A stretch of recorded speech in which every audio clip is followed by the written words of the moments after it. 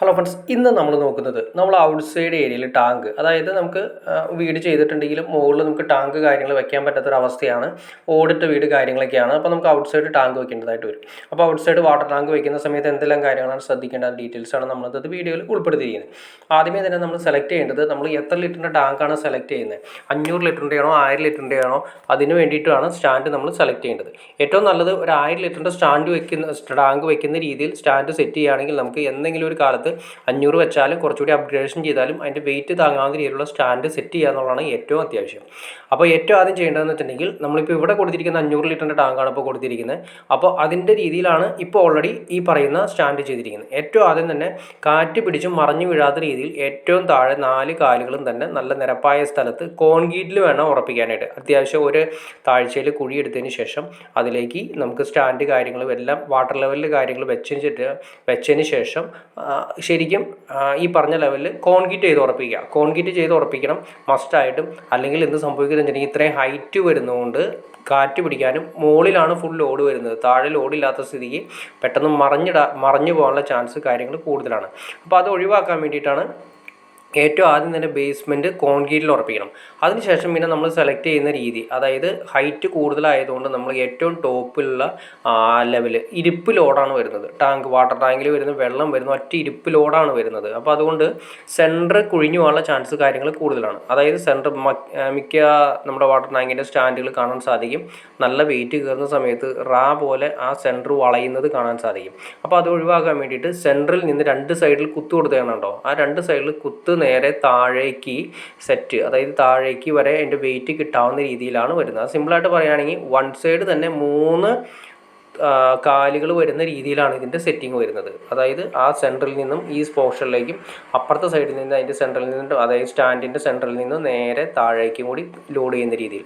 അതിനുശേഷം ഏറ്റവും താഴെ 4 സൈഡുകളിലുമായിട്ട് ലോഡ് ഈക്വൽ ചെയ്യുന്ന രീതിയിലാണ് ക്ലിയർ ചെയ്തിരിക്കുന്നത്.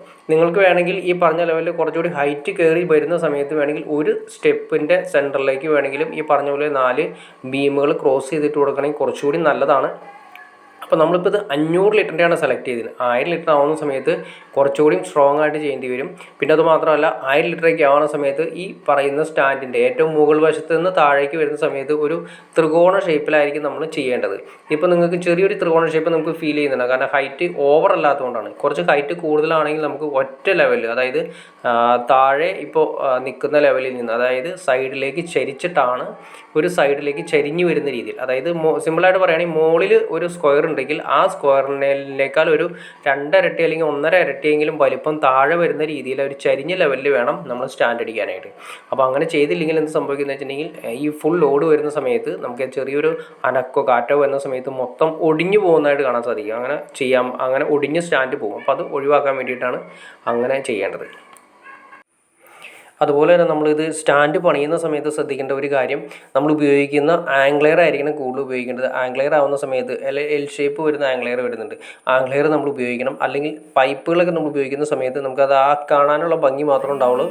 വെയിറ്റ് വരുന്ന സമയത്ത് പൈപ്പുകൾ ഒടിഞ്ഞു പോകാനുള്ള ചാൻസും അതിൽ നിന്ന് ഒരു സൈഡിലേക്ക് ചിളങ്ങി ഒടിഞ്ഞു പോയാലുള്ള സ്റ്റാൻഡ് മൊത്തം ഒടിഞ്ഞു പോകാനുള്ള ചാൻസ് കാര്യങ്ങൾ കൂടുതലാണ്. അപ്പോൾ ഏറ്റവും നല്ലത് ഹൈറ്റ് നമ്മൾ ചെയ്യുന്ന സമയത്ത് ഏറ്റവും നല്ലത് ആംഗ്ലെയർ ഇട്ട് ചെയ്യുന്നതാണ് ഏറ്റവും നല്ലത്. കാറ്റ് കാര്യങ്ങളൊന്നും പിടിക്കാത്ത രീതിയിൽ സ്ട്രോങ് ആയിട്ട് എന്നും നിലനിൽക്കുന്ന രീതിയിൽ ചെയ്യാൻ സാധിക്കും. പിന്നെ നമ്മൾ ഇതിൻ്റെ ഔട്ട് വരുന്ന പൈപ്പ്, ഇവിടെ നമ്മൾ കൊടുത്തിരിക്കുന്ന 1 ഇഞ്ച് പൈപ്പാണ് ഇറക്കിയിരിക്കുന്നത്. അപ്പോൾ നിങ്ങൾക്ക് വേണമെങ്കിൽ അത് മാറ്റാം. നമുക്ക് 1 ഇഞ്ച് പൈപ്പ് ഇവരങ്ങനെ ചെയ്തിരിക്കുന്നു എന്നുള്ളൂ. നമുക്ക് വേണമെങ്കിൽ 1 ഇഞ്ച് പൈപ്പ്, ആ 1 ഇഞ്ച് പൈപ്പ് മോട്ടറിൽ നിന്ന് കയറുന്ന 1 ഇഞ്ച് പൈപ്പ് ഔട്ട് ഇറങ്ങുന്നത് മിനിമം ഏറ്റവും കുറഞ്ഞത് 1.5 ഇഞ്ച് പൈപ്പെങ്കിലും നമ്മൾ കൊടുക്കണം. കാരണം 2 ബാത്റൂമോ 3 ബാത്റൂമോ ഒക്കെ ഉണ്ടെങ്കിൽ നമുക്ക് വെള്ളത്തിൻ്റെ ഷോർട്ടേജ് കാര്യങ്ങൾ ഫീൽ ചെയ്യും, പ്രഷറും കുറവായിട്ട് ഭയങ്കരമായിട്ട് ഫീൽ ചെയ്യും. അപ്പോൾ അതുകൊണ്ട് മിനിമം ഒരു 1.5 ഇഞ്ച് പൈപ്പെങ്കിലും ടാങ്കിൽ നിന്ന് വരുന്ന പൈപ്പ്, ഔട്ട് വരുന്ന പൈപ്പ് നേരെ നമ്മുടെ ബാത്റൂമുകളിലേക്കും കിച്ചണിലേക്കൊക്കെ പോകുന്ന പൈപ്പ് നമുക്ക് വരുന്നത് ടാങ്കിൽ നിന്ന് ഇറങ്ങുന്നത് മിനിമം 1.5 ഇഞ്ച് പൈപ്പെങ്കിലും ഏറ്റവും കുറഞ്ഞത് കൊടുക്കണം. 2 ഇഞ്ച് കൊടുക്കുകയാണെങ്കിൽ ഏറ്റവും നല്ലത്. 2 ഇഞ്ച് കൊടുക്കുകയാണെങ്കിൽ ഹൈ പ്രഷർ കാര്യങ്ങൾ എന്നും കിട്ടും. എല്ലാ ബാത്റൂമിലും ഒന്നിച്ച് യൂസ് ചെയ്താലും ഒരേ പ്രഷർ നമുക്ക് എന്നും കിട്ടുന്ന രീതിയിൽ നമുക്ക് ചെയ്യാനും പറ്റും.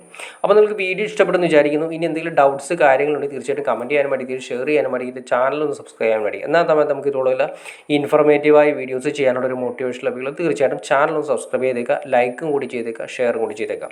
ഓക്കെ ഫ്രണ്ട്സ്, അടുത്ത വീഡിയോയിൽ കാണുന്നവരെ ഓക്കെ.